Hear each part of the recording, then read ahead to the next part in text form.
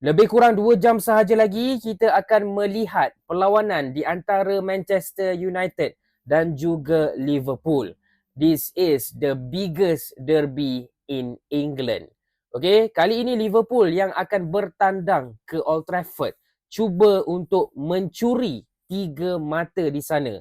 Adakah United akan mengekalkan rentak kemenangan ataupun Liverpool akan climb anak tangga nombor 3 dalam EPL. Jom kita sembang, kita preview sikit game EPL yang ini. Sebelum tu, korang yang minat konten-konten bola sepak boleh tekan butang follow dekat sini dan tekan mantap. Selalunya match di antara Manchester United dan juga Liverpool ni dia tak boring lah. Okay? Akan ada gol yang kita nampak.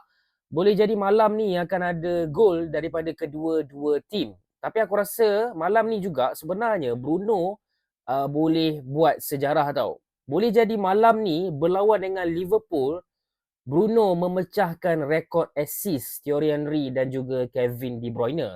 Kalau Bruno dapat 1 assist malam ni, dia sama rekod. Tapi kalau Bruno dapat 2 assist malam ni, dia pecahkan rekod assist terbanyak dalam sejarah EPL. Untuk match kali ni, agak sayang Liverpool datang tanpa Mo Salah. Okay? Muscular injury dikonfirmkan oleh Arne Slot, memang takkan main lah untuk game ni. Bagi aku kehilangan lah sebab Mo Salah ni barai macam mana pun bila dia jumpa Man United, tak tahulah apa setan saka yang merasuk Mo Salah ni. Mesti jadi, mesti ada gol.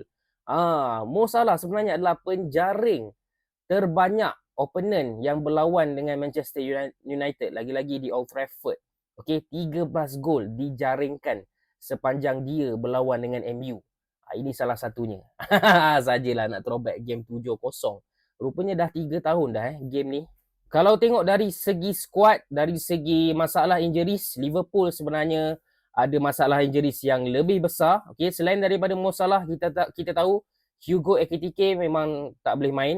Okey. Lepas tu dengar cerita Alexander Isak pun mungkin tak boleh bermain dalam game ni.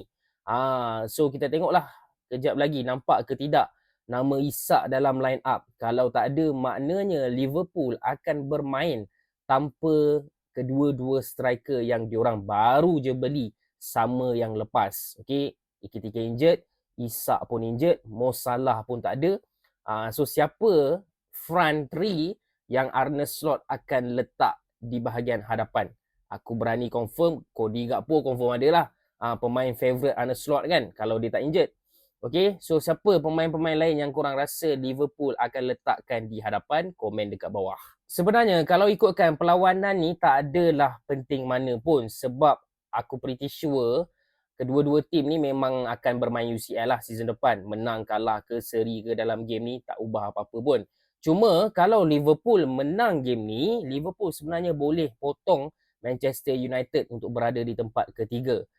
Sama mata tapi beza goal difference. Kalau Man U dapat keputusan seri ataupun menang, maknanya Man U kekal di tempat ketiga. Okey, aku rasa untuk peminat-peminat MU dan juga Liverpool penting lah.